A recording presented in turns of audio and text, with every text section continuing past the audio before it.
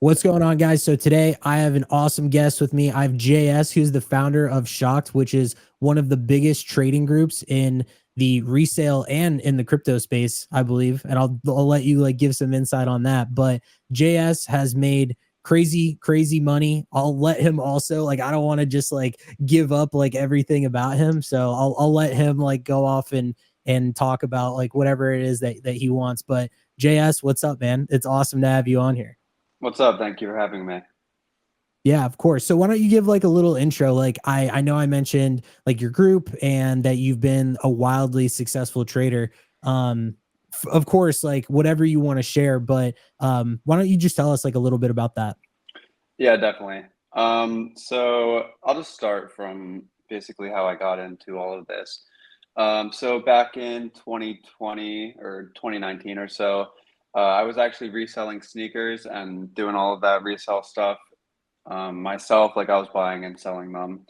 And then I met my co-founder of Shock, the group I run, in a different group that I was paying for, and we ended up partnering up and starting Shocked, which is which is the group I own. Um, so we started off as like a reselling group, sneakers, all that stuff, and then transitioned into NFTs when those became hot, and then now meme coins and um, well, we do a lot of different stuff, but recently we've been really focused on crypto just because of how profitable it is. Um, but yeah, so Shocked has been around since early 2020, and we have like a little over 1,500 or 1,600 members or something like that, all paying. So yeah, I do that full time, and then I also trade personally.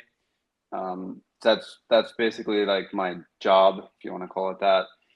But but yeah, that's what I do full time. And yeah, that's basically how I got started in all of this. I started trading myself back in 2020 when NFTs became hot, and then transitioned into meme coins now. And yeah, it's been going well, to say the So least. it's safe to say that you've made multiple seven figures by trading. Yeah, yeah, I've made at least from meme coins themselves, I made at least a few million. I made a lot back in NFTs, but you know how it goes. Once the bear market hit, I lost a lot of it, and then once this cycle started back up, I hit a lot of big plays, and then combining that with like the revenue from Shocked because I'm the core owner. So all together, yeah, I've made multiple seven figures off everything. Yeah. So how did you build your bag up? Like I think that there's a lot of people that are in meme coins that have either been here for a while or maybe they're new.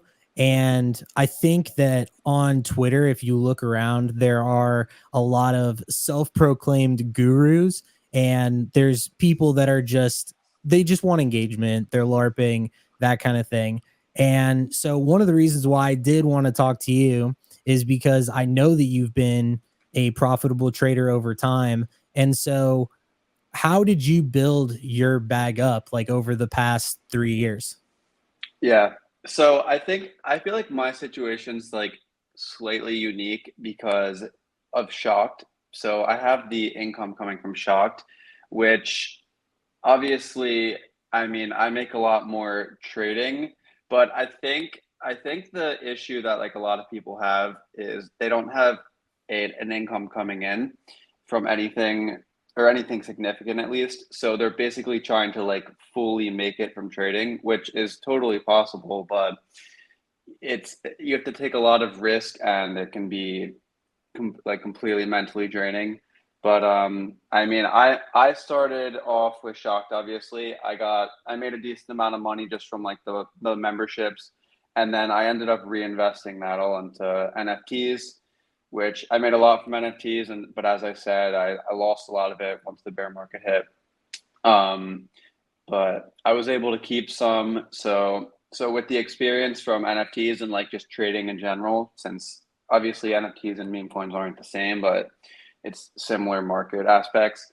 Once this cycle came around, I had a few hundred grand left from NFTs, and basically just started back up trading the meme coins. Personally, I like to go in with like high conviction plays, and I like to use a lot of, I guess, size, people say, but yeah, I built my bag up through high conviction plays. Like for example, the meme coin Bitcoin, that was like my first big play this cycle, and then I hit Pepe. I got into Pepe like 100, 150 mil, and wrote it up to like 2 bill, which I used a lot of the money I had. So I feel like I trade differently than a lot of people. I like to go in with high conviction plays, not just kind of like spray and pray on smaller coins. But yeah, basically just probably 10 to 20 different high conviction, big size plays over the past year is how I did it. It's funny that you mention that you have an income and that there may be a lot of people who basically trade for their living. And I feel like when you're doing that, it makes things way more stressful than if you're just trading regularly, because you start to become a lot more emotional, and you will say like, "Oh, I'm putting in 5 soul in this." And then let's say that you lose 3, you basically will go then and say, "Oh, I just lost half my rent money." Right? And so you start to say, hey, like that money is something in the real world, like that. And then it becomes a lot more personal, and it makes things worse when you are saying to yourself, oh, that like the money that I made or lost was a new laptop, or it was rent or something like that. It's when you attach those important things that you know that you need to pay for, and you don't have a supplemental income, it makes things like a lot worse. Oh yeah, 100%. 100%. Having like disposable income that you're kind of able to fall back on, or I mean, not even so much fall back on, but like mentally fall back on. Like you kind of know like, all right, even if this trading stuff doesn't work out, like I'm going to be okay. I think it helps a lot because a lot of trading, or even like, I mean, maybe like 80 or 90% of it is just your own mental game. Like just being able to like ride through the markets and not, and panic sell, FOMO buy, all of that. I think for me, personally, having that shocked income is the game changer. Like obviously, I've been a successful trader and I'm good at trading, but I think from the mental aspect, it has helped so much. Yeah, and I remember last summer when Pepe launched, I bought it on day 2. I fumbled multiple millions on that because I sold it like the next day, and I made like 3 or 4K off of it. Like it was, and I remember being stoked cuz I was on a trip at the time, and I remember saying to myself, I just paid for my whole trip with this one trade. And then I do remember the day that Bitcoin came out, and I saw it at a million and it ran super high. Same thing with Unibot, Mog, obviously. Like last summer in 2023 was actually a huge opportunity because we were in a bear market, but there were multiple coins that were all running to hundreds of millions, and they were all on ETH. And trading on ETH is definitely different than trading on Sol. Yeah, yeah, it was pretty crazy. That whole Pepe era, because it was in the middle of the bear market, and I mean, for a coin, I guess I wasn't paying too much attention back then, but I think for a coin to even go to like 10 mil back then was a lot, and Pepe went to like what, 2 bill in like a week or something. So yeah, that was a crazy opportunity. That Pepe run up basically was the game changer for me.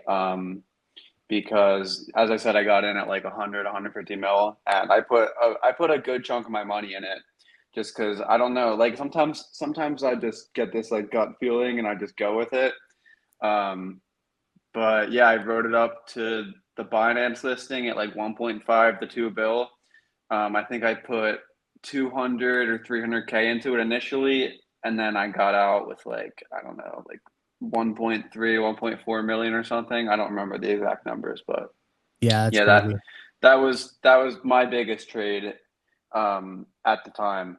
and it changed the game for me personally. At the time. Yeah, That's I've had bigger ones now. that's actually funny that you say that. So with that being said, I know that there are likely a lot of new traders that may be listening to this and experienced traders. And so I'm going to break this up into two parts. The first part is going to be, what advice would you give to someone who wanted to make a ton of money, six figs, whatever, in crypto right now? And I'll just say crypto overall, if they don't have a lot of money. And then let's say that there are people that are watching that have a lot of money and they want to turn it into even more. I know that you mentioned that you do a lot more high conviction plays and with size, and actually that's how I trade too. So I prefer to buy into more established coins with more size and take smaller percentages, and it works out for me all the time, because I never you don't even really have to check a lot of that stuff. And I'm talking like Pepe and Mog and Brett and some of these like way bigger coins that maybe some other people that don't have like a ton aren't looking at because there's less upside. So I know that I kind of like went on a rant there, but so let's just go into it.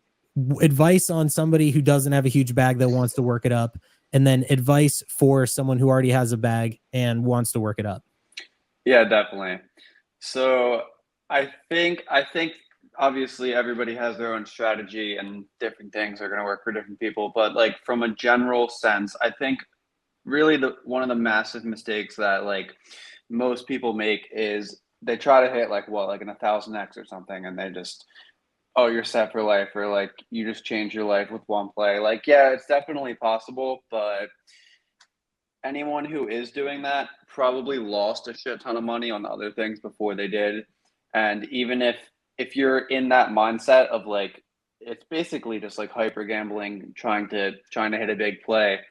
Um, Even if you do make, say, like a few hundred grand or like $1 million or something, the chance that you're gonna keep that money is pretty low. Like, you're most likely gonna lose at least 40 or 50% of it, and then um, even more maybe. But I don't think that's the way to go. I think that if you have a small portfolio, I mean, personally, I think you're better off buying in to a coin that's already kind of established and not gambling on the new pairs every day.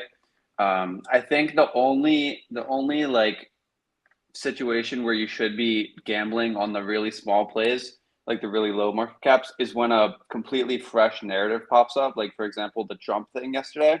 Like if you're at your computer when that happens, yeah, go for it. But a lot of these things people are buying are just not good coins and they're not going to go anywhere.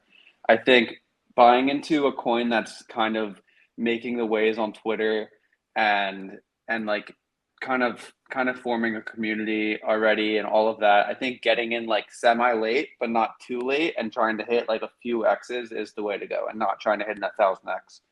And then um I mean, I think both small and big portfolios can kind of trade the same way. Like if I think, like I said, I think that if you get into a coin like semi late, but not too late to the point where you could still hit like a 2, 3, 4x, something like that, that's still a great return.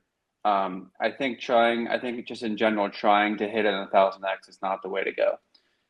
Personally, all of my big gains have been getting into coins when people are saying it's too late, like it's already gone up, blah blah blah, and then just riding out that like last 2, 3, 4, whatever, 4x. I just think that's the way to go. That's how I trade, and it's much easier to have conviction on something when it's already kind of established itself, rather than just buying a brand new coin right off with new pairs and just hoping you get lucky.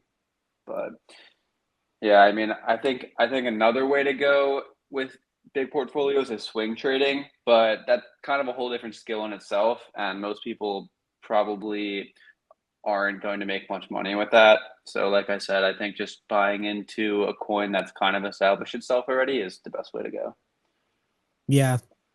So I I can relate to that a lot actually, because I have personally built a pretty big portfolio, and because of the way that things are with pump fund and everything, I've almost like let the trenches get to me, because I am not really a gambler, but I do really like trading and I've done pretty well on it, but it's very stressful. And so what I personally do is I will make longer term trades. Like I sit on a big bag of like the majors, right? And I know that you choose to be stabled a lot of the time, which I'm definitely interested to hear your thought on that too. But I like to sit in majors and I like to make good conviction swing trades that may be a couple months or something like that, something that I know that I'm going to sell over like a shorter period of time, and then just move it into majors for when we finally do top and I can start trimming at that point. But I know that there is this new thing about the trenches. Like that has been what everyone on Twitter is talking about, and it is very FOMO inducing because of exactly what you said yesterday. If you were just sitting at your computer when Trump got shot, like you could have made, I mean, I personally made like 6 grand yesterday, and I didn't even go in with like major size on any of it.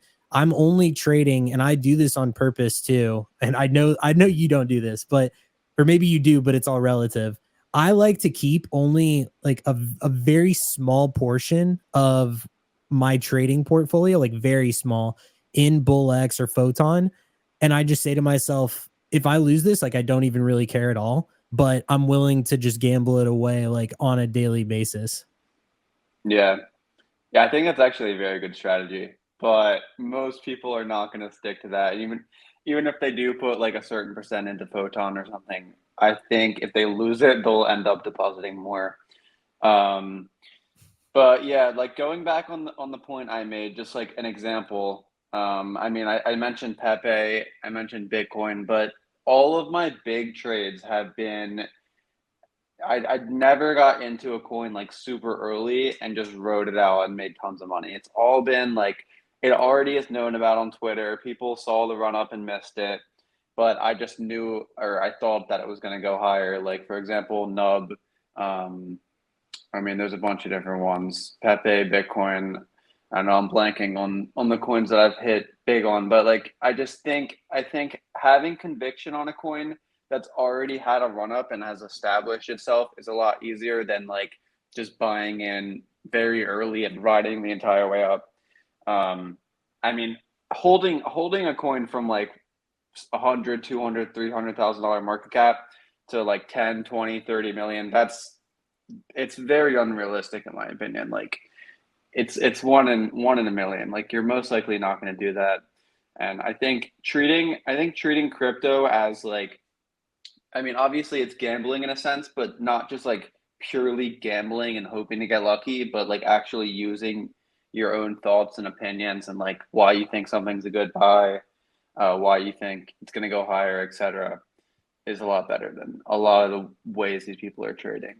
You know what's fucked, and why I think a lot of people have crazy FOMO is because you have people that constantly post on Twitter about like a scan that they got at 50K or 100K, and then it runs to 5 or 10 million, and people say to themselves, "Oh, if I had seen that, I could have hit 100x." And it's like realistically, and I think that a lot of people can probably relate to this, if you do catch a coin at 50K and you happen to put in like, let's just say 2 SOL, and then it goes to 500K, first of all, a lot of coins do top out around like for a coin to pass 500K, it's a very low chance, like super low. I would say probably 99%, maybe even lower, for a coin to go higher than that.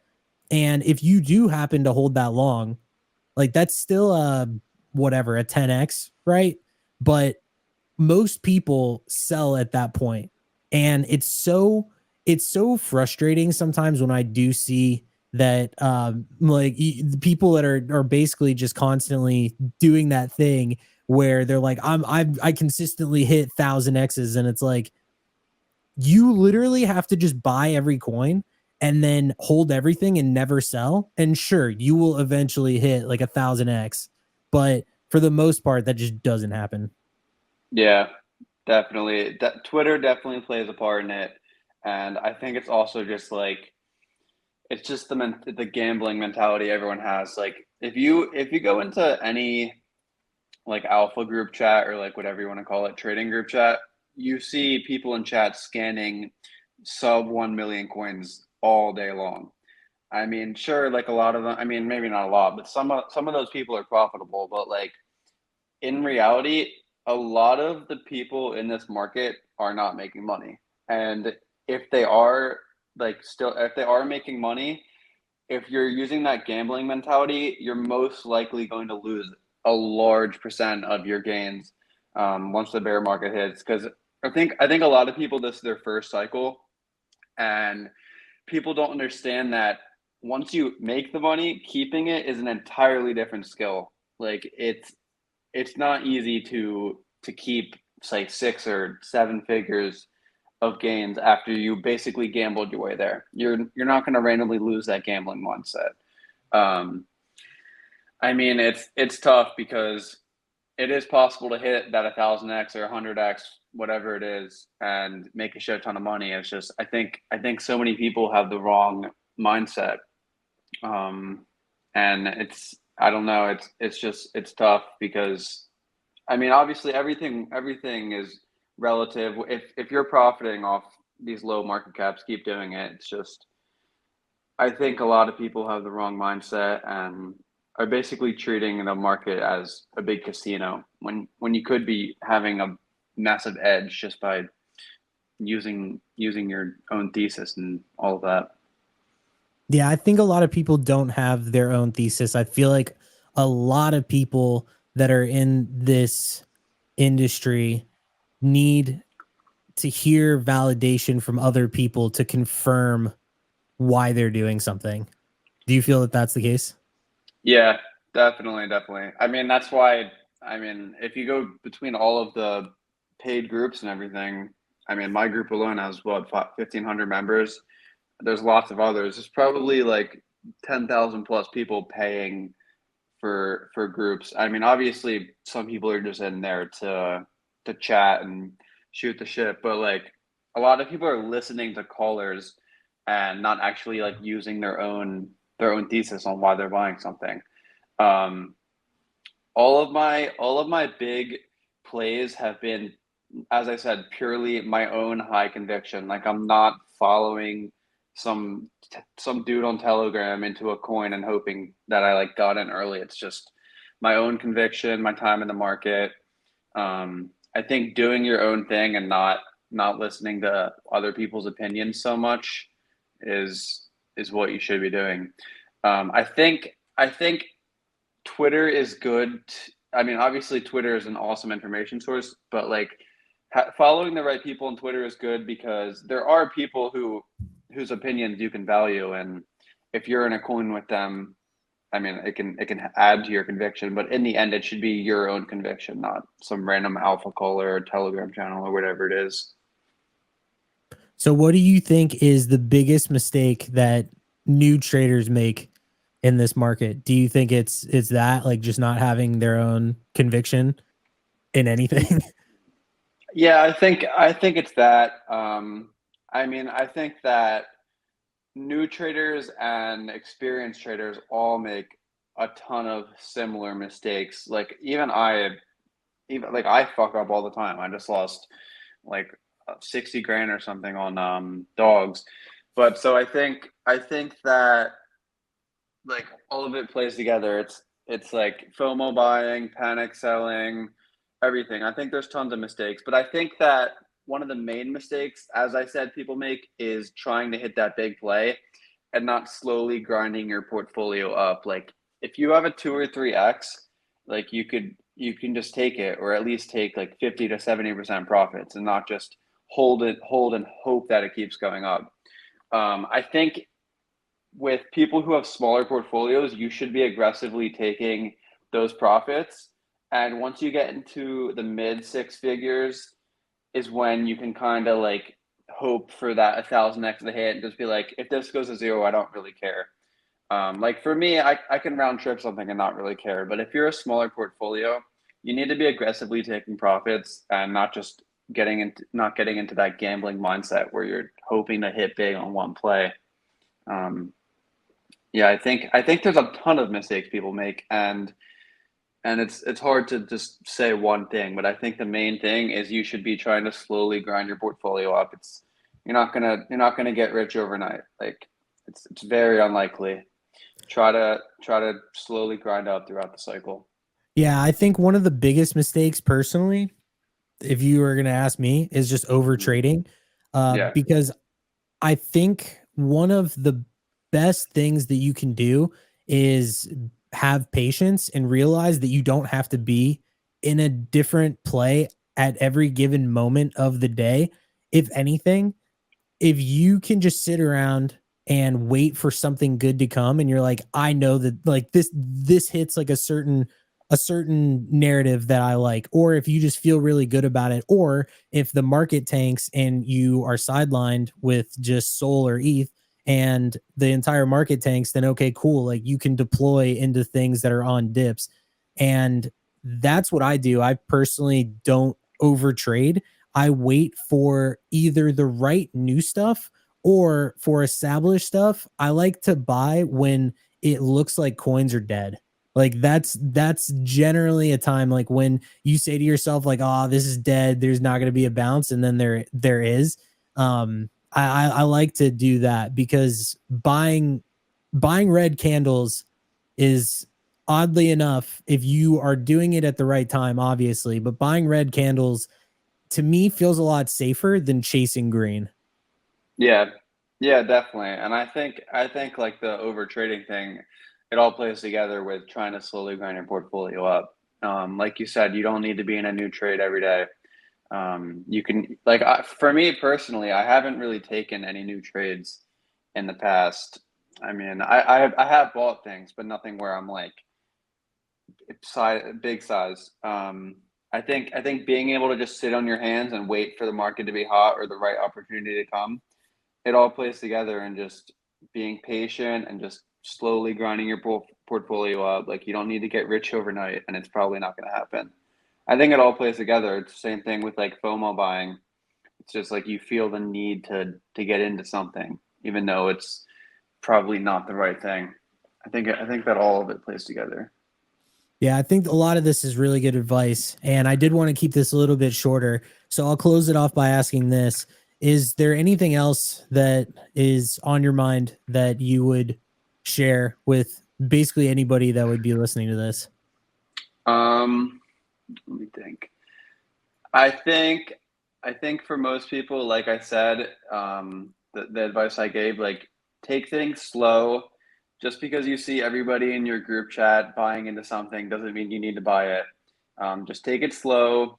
If you have a smaller portfolio, use very small amounts of money and try to become an experienced trader, like without having to risk everything you have, because you can really get a feel for the market just by being in it. Like you don't need to be full porting things or putting in like lots of your money into a certain play.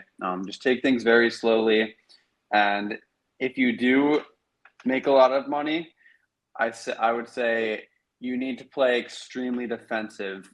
If you're feeling euphoric and you're like, holy shit, like I've been waiting for this.